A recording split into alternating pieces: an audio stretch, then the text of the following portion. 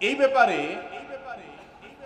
একটা বিষয় আমাদেরকে আগে পরিষ্কার হতে হবে যে স্বর্ণের মালিক, গহনার মালিক আসলে কে।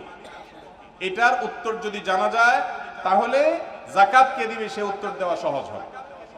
আমাদের দেশে মহিলাদের প্রতি এত অবিচার আমরা করি, এত জুলুম আমরা করি, নামাজি কালামী মুসলমানরাও, অন্যদের কথা তো বটেই, যে মেয়েদের সম্পদ কি সেটা পরিষ্কার করে তাদেরকে বুঝাই দেই না। অনেক স্বামী আছেন যে তারা স্ত্রীকে স্বর্ণ দেন, গহনা দেন, প্রবাসী আছেন সেখান থেকে স্বর্ণ পাঠান, বিয়ের সময় স্বর্ণ দেন। এই স্বর্ণের মালিক কে সেটা আসলে পরিষ্কার থাকে বলে। কেন পরিষ্কার থাকে না? কারণ হলো, স্ত্রীকে আপনি গহনা দিলেন, এরপরে আপনার যখন টাকার দরকার হয়েছে আপনি বলতেছেন যাও তোমার গলার হারটা দাও। কি করবা? বলে ওই যে স্বর্ণকারের কাছে দিয়ে টাকা আনবো বা বিক্রি করে দিব।